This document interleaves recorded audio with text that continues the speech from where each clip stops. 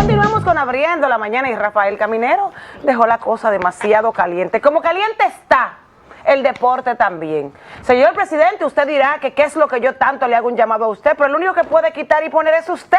Y lamentablemente el ministro de Deporte no está funcionando. ¿Cómo es posible que cuando esos deportistas ganan la presea de oro, de plata, empiece todo el mundo a subir fotos? El Ministerio de Deporte, el ministro de Deporte de lo más orgulloso. ¿Orgulloso de qué? Si usted no le da las facilidades a esos jóvenes para que se preparen bien. ¿Tú viste un video que anda en las redes?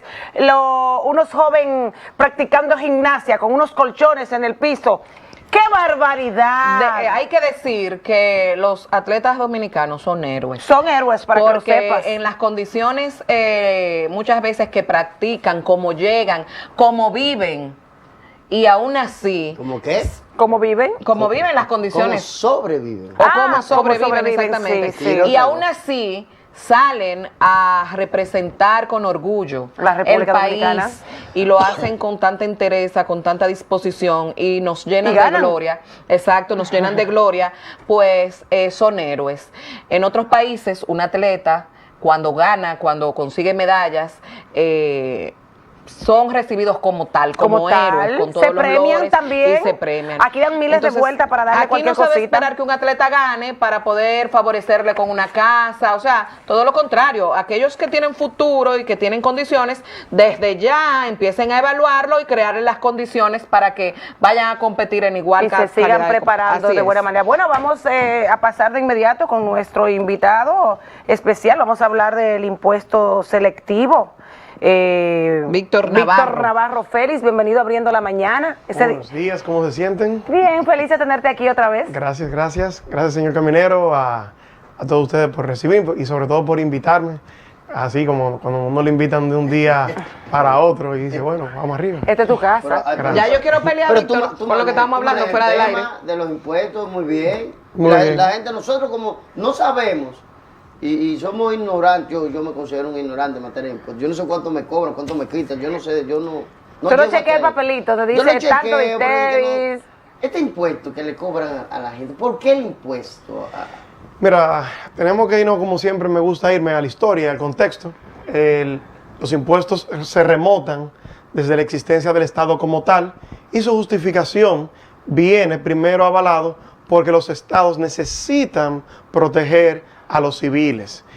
Ahora bien, vamos por ejemplo en el año 2019, vemos en países como Estados Unidos, aún con una recaudación de impuestos sobre la renta e impuestos en general eficiente, vemos como hay grandes deficiencias en materia de lo que realmente es seguridad civil, solamente por mencionar recientemente la masacre que hubo recientemente allá en Texas.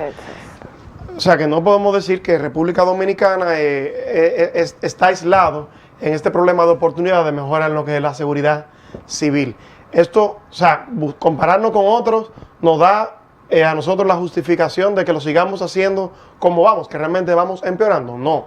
Hay muchas formas de, precisamente a través de la recaudación del impuesto, canalizada de la manera correcta, incidir, como bien decía la señorita Arisleida, en una educación preventiva. La mejor inversión que tú puedes hacer del impuesto siempre en general, es en materia educativa. Campañas de prevenciones de precisamente delincuencia, campañas de prevención en materia de salud. Cuando nos vamos a la Organización Mundial de la Salud, vemos que sus recomendaciones precisamente son invertir esa plata que ya hemos recaudado a través del impuesto en este tipo de educación.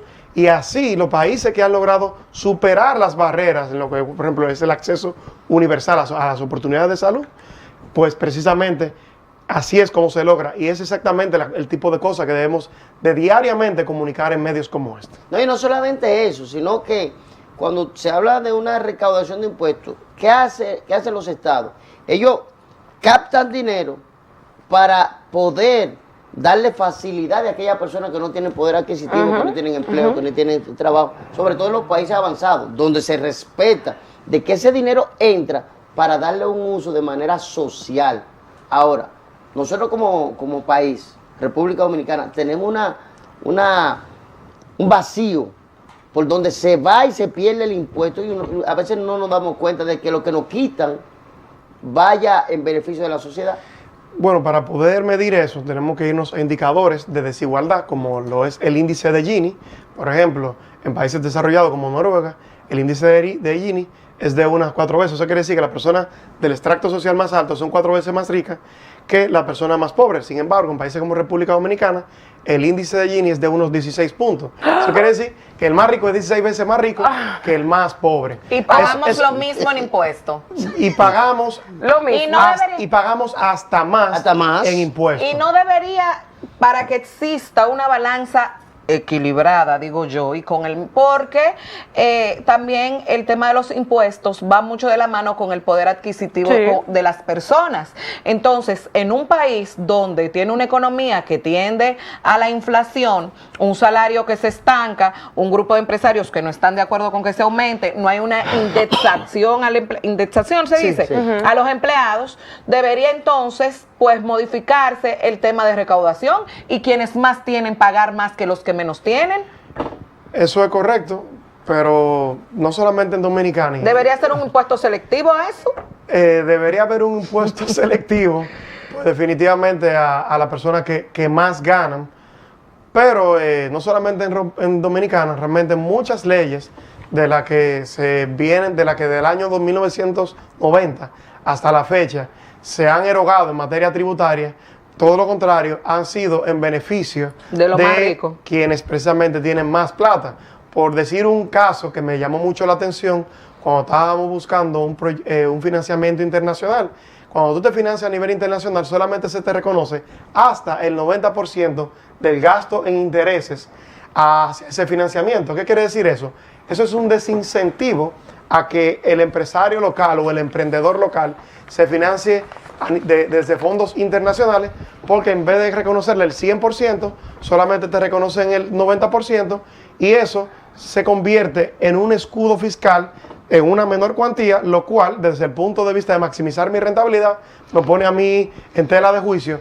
¿Cómo me tengo que financiar? ¿Localmente más caro, pero que por lo menos me reconocen el 100%, o internacionalmente que solamente me reconocen el 90%? Eso es, yo quisiera, Eso es así. yo quisiera, Limita vamos mucho a el hablar crecimiento económico. con el pueblo, ¿verdad? Vamos a hablar con la gente que estamos y que buscamos un servicio. Por ejemplo, yo voy a un comercio X y cuando yo llego a este comercio me cobran impuestos, un todo incluido que me lo pasan en una factura. Vamos a poner el caso como ejemplo, un restaurante. Yo en un restaurante, ¿qué se me debe legalmente cobrar y que yo tengo que pagar? Porque si yo compro arroz y vegetales, eso lleva impuestos. Todo. Lo que pasa es que ya el arroz que se te está cobrando ya en el restaurante sobre lo que tú pediste, se considera ya una materia prima transformada. Por ejemplo, La en el grasa. caso del arroz, en el caso de los vegetales, en el mismo caso de la leche, por ejemplo, leche en polvo, puntualmente, son bienes que están exentos de pagar ITEVIS. Sí. A diferencia de otros países, por ejemplo, como Chile, como Perú, aquí no se paga ITEVIS sobre ciertos bienes que se consideran de necesidad básica dentro de lo que definimos como la canasta básica de consumo. En ese sentido, cuando ya esa materia prima, aunque viene sin ITEVIS, se transforma, es totalmente legítimo que sí te cobren el ITEVIS. Claro. Y, ojo, algo importante, también como ley, y así se llama propina por ley, si tú disfrutas de esa cena, de ese almuerzo, de ese desayuno dentro de ese negocio, también usted debe de pagar un 10% adicional sobre ese monto. Sobre ese monto. Pero eso quiere es en el decir- restaurante. Eso es dentro del restaurante. Y entonces cuando tú, por ejemplo, pides una comida para take out, para llevar, te cobran el 10%, Eso es ilegal. pero lo hacen casi todos los negocios. Recuerden que si nosotros, que somos los que pagamos los impuestos, Y Proconsumidor entonces. Proconsumidor es una entidad y qué bueno que está ahí, pero Proconsumidor no es omnipresente. Lo que sí estamos en el momento ahí somos nosotros. Y si en ese momento, con altura, pero también buscando el respaldo de las demás personas que también están siendo ilegalmente grabadas en ese contexto, pues definitivamente esos restaurantes, a través de las redes sociales tenemos el acceso, a través de personas como ustedes tenemos también acceso a poder decirle a ustedes, yo no lo voy a consumir porque ustedes me están cobrando un dinero que no es se legal. corresponde. Espera, pues nadie es brillante. Y ella trajo este tema, ese 10%, espérate, vamos a explicarlo. Si yo voy y entonces, ¿por qué? retiro una comida para llevar Ujú.